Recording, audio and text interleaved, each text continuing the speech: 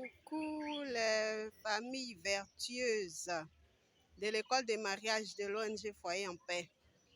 Aujourd'hui, j'ai choisi de vous faire cette vidéo en pleine nature pour que ça change un peu. Pour ceux qui ne me connaissent pas, moi je suis Madame Meledj de l'ONG Foyer en Paix. J'anime l'école de mariage.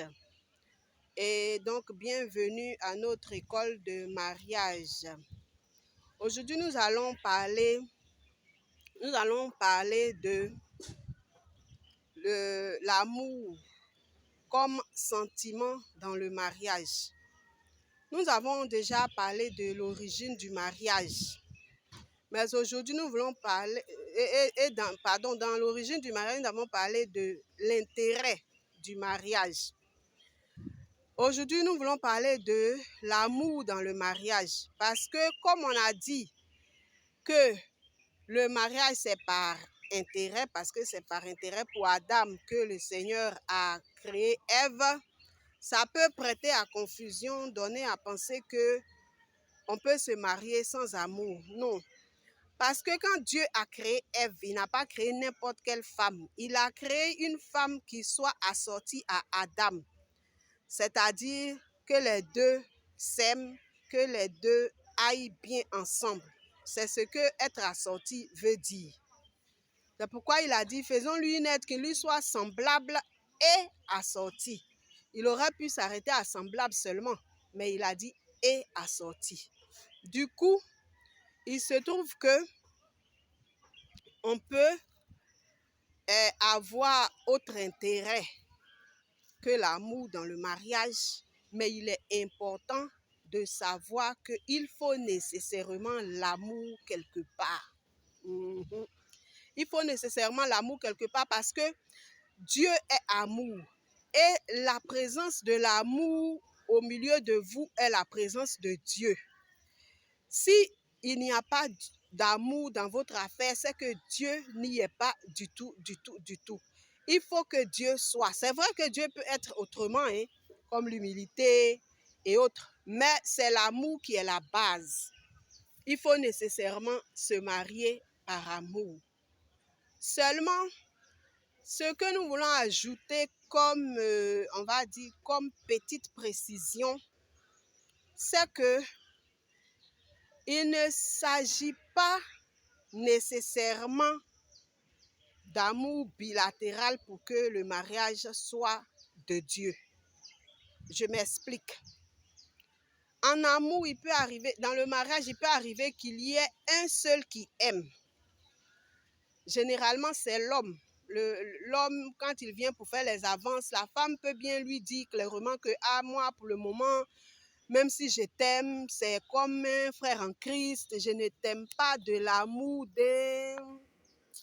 d'un époux.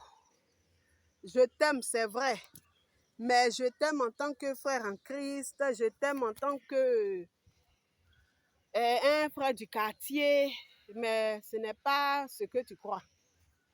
Et l'homme va insister. Et quand il insiste, et que pour d'autres intérêts, la femme a accepté, il peut vivre ce foyer-là sans être réellement en train de pécher. Si la femme a pris soin de prévenir, ça peut être aussi l'homme, mais si celui qui n'aime pas a pris soin de prévenir qu'il n'aime pas, alors il n'y a pas péché. Ça sera maintenant à l'autre de l'aider à aimer. Et puis, s'il se trouve que celui qui n'aime pas a demandé du temps, il faut qu'on lui accorde le temps. Et si ce temps-là lui est accordé et que réellement la personne a pu apprendre à aimer, tout est réglé, il n'y a pas de faute. Il y a faute quand souvent on n'avoue pas qu'on n'aime pas et qu'on entre dans le mariage, je ne sais pas s'il faut dire avec une sorte de tricherie et qu'on fait n'importe quoi. Ou bien on ne prévient pas qu'on n'aime pas, mais on entre dans le mariage et puis maintenant on peut profiter des biens, mais pour ce qui est de tous les autres devoirs conjugaux, on joue aux zouaves. Là, ça devient péché, ce n'est pas bien.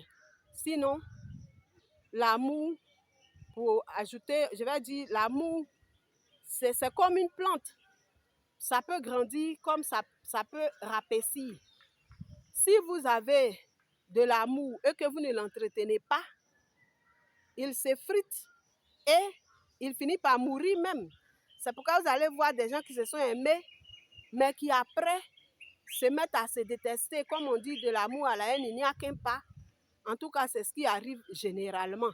Quand vous n'avez pas bien entretenu votre amour, quand vous n'avez pas donné tous les éléments nutritifs pour que l'amour s'accroisse et porte du bon fruit et du fruit abondant. Si vous vous maltraitez dans le couple, si vous faites des choses déplacées, eh bien, l'amour va flétrir jusqu'à mourir. Et maintenant, vous allez passer de l'amour à la haine. Du coup, ce qu'on vous conseille, ce n'est pas d'aimer forcément jusqu'au paroxysme avant de vous engager dans le mariage, mais c'est de perfectionner votre amour. C'est d'arroser votre amour de bonnes œuvres jusqu'à ce qu'il grandisse à des proportions bien élevées.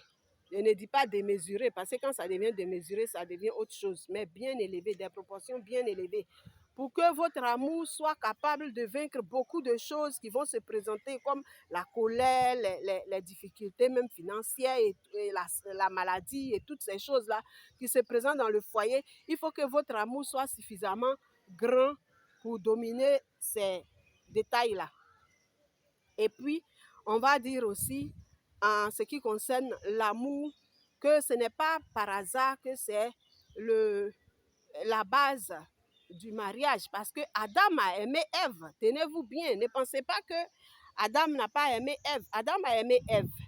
Quand il s'est écrié cette fois, voici l'os de mes os, la chair de ma chair, ce n'est pas juste de la ressemblance qu'il parlait.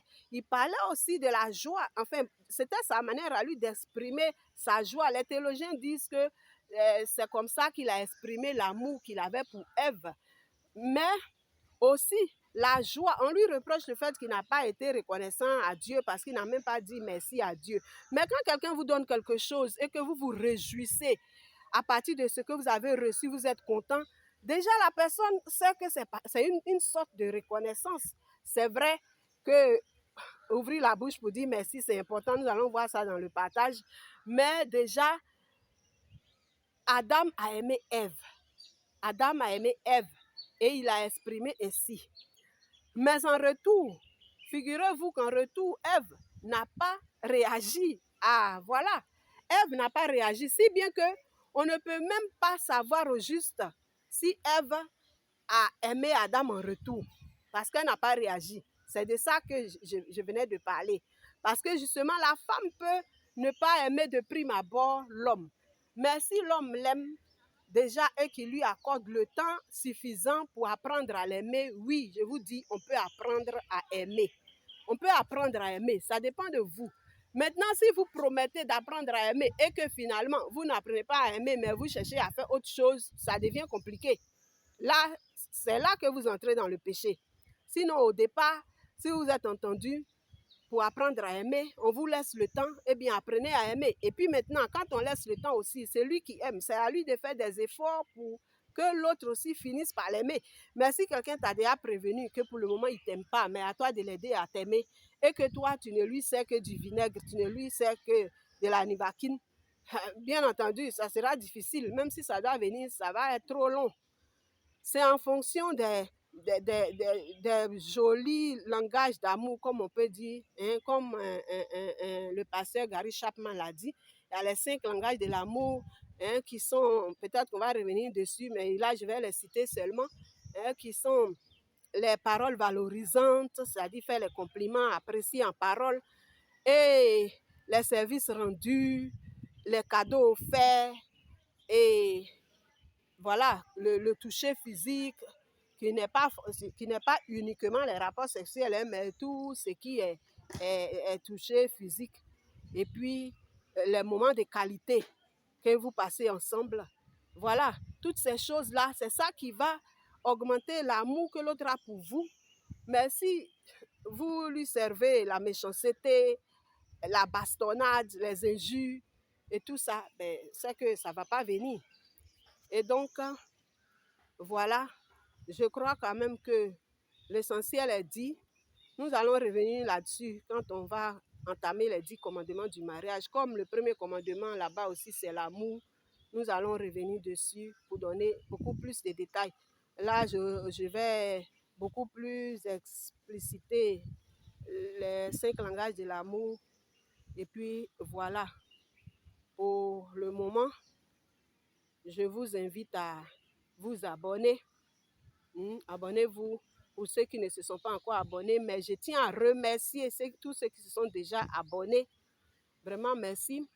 Et même après abonnement, il faut que vous continuiez à partager parce que effectivement, c'est un message que nous lançons et nous avons besoin que notre message soit perçu de beaucoup de gens, que notre message soit perçu de plusieurs personnes qui eux aussi à leur tour vont le divulguer parce que ces choses-là sont des choses que beaucoup ont besoin de connaître, d'apprendre.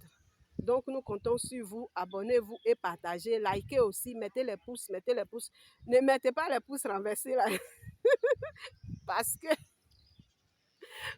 parmi les pouces là, il y a pouce levé comme ça et puis pouce abaissé. Si vous pensez abaisser là, ça veut dire que vous n'aimez pas. Hein. Donc, ne mettez pas ça. Au contraire, si vous n'avez pas aimé, au lieu d'aller mettre pouce renversé là, mettez ça dans les commentaires. Dites ce que vous n'avez pas aimé et puis on va corriger. Donc, mettez le pouce levé là. Et puis, voilà, partagez au maximum. Parce que c'est un enseignement. Il faut que les gens prennent connaissance de cela. Et que Dieu vous bénisse abondamment, vous tous qui nous aidez dans notre travail. Que la gloire de Dieu se manifeste aussi dans vos différentes familles, dans vos différents couples. Pour la plus grande gloire de son nom. Moi, je suis Madame Melej Florentine, présidente de l'ONG Foyer en Paix. Merci.